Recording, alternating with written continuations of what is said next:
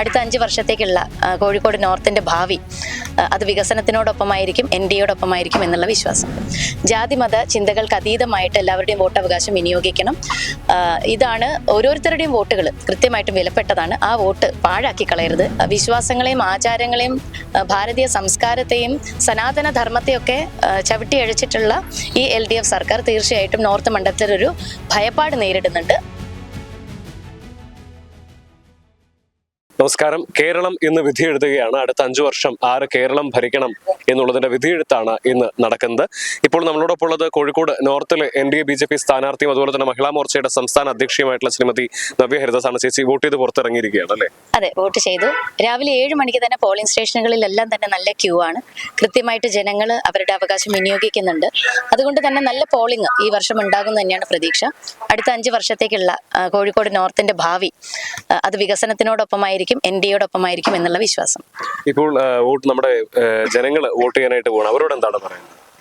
കൃത്യമായിട്ട് അടുത്ത 5 വർഷക്കാലത്തേക്ക് എങ്ങനെയാണ് കോഴിക്കോട് നോർത്ത് മണ്ഡലത്തിന്റെ വികസനം സാധ്യമാകേണ്ടത് എന്നുള്ള ഒരു ഒറ്റ ലക്ഷ്യം മാത്രം മുന്നിൽ വെച്ചുകൊണ്ട് ജാതിമത ചിന്തകൾക്ക് അതീതമായിട്ട് എല്ലാവരുടെയും വോട്ടവകാശം വിനിയോഗിക്കണം. ഇതാണ് ഓരോരുത്തരുടെയും വോട്ടുകൾ കൃത്യമായിട്ടും വിലപ്പെട്ടതാണ്. ആ വോട്ട് പാഴാക്കി കളയരുത് എന്നുള്ളൊരു റിക്വസ്റ്റ് ആണ് വെക്കാനുള്ളത്. മഹിളാ മോർച്ചയുടെ സംസ്ഥാന അധ്യക്ഷയായിട്ടുകൂടിയുള്ളൊരിതാണ്. സ്ത്രീകൾക്ക് എന്താണോ എന്ത് ഉറപ്പാണ് സ്ത്രീകൾക്ക്? കോഴിക്കോട് നോർത്ത് മണ്ഡലം കാലങ്ങളായിട്ട് LDFന്റെ കുത്തകയാണ്.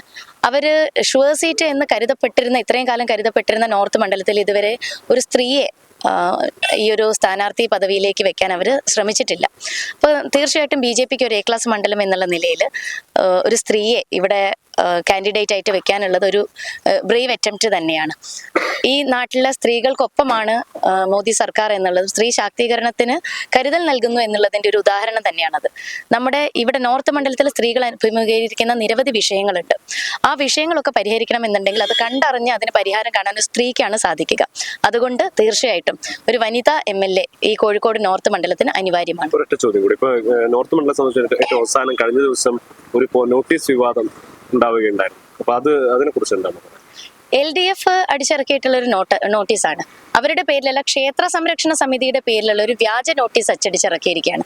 പക്ഷേ ഈ ദൈവത്തിന്റെ കയ്യൊപ്പ് എന്ന് പറഞ്ഞ പോലെ റൈറ്റ് സൈഡിൽ അവർ കൊടുത്തിരുന്ന LDF നോർത്ത് മണ്ഡലം, കോഴിക്കോട് നോർത്ത് മണ്ഡലം കമ്മിറ്റി എന്നുള്ളതും അതുപോലെ ഒരു കോൺടാക്ട് നമ്പർ അടക്കമുള്ള ഡീറ്റെയിൽസ് വെച്ചുകൊണ്ട്, അതായത് LDF അച്ചടിച്ചിട്ടുള്ള ക്ഷേത്ര സമിതിയുടെ പേരിൽ ആ സമിതിക്കാർ അതിനെതിരെ കേസും നടപടികളുമായിട്ട് മുൻപോട്ട് പോയിക്കൊണ്ടിരിക്കുകയാണ്. പരാജയ ഭീതിയാണ് അവർ ഇത്തരത്തിലൊരു നോട്ടീസ് അടുപ്പിച്ചിട്ടുള്ളത്. ഇവിടെ വിശ്വാസികളെ ചവിട്ടി മെതിച്ചുകൊണ്ടും വിശ്വാസങ്ങളെയും ആചാരങ്ങളെയും ഭാരതീയ സംസ്കാരത്തെയും സനാതന ധർമ്മത്തെയൊക്കെ ചവിട്ടിയഴിച്ചിട്ടുള്ള ഈ LDF സർക്കാർ തീർച്ചയായിട്ടും നോർത്ത് മണ്ഡലത്തിലൊരു ഭയപ്പാട് നേരിടുന്നുണ്ട്. ആ ഭയപ്പാടിനെ ഓവർകം ചെയ്യാനുള്ള ഒരു വ്യാജ നോട്ടീസാണ് അടിച്ചിറക്കിയിട്ടുള്ളത്.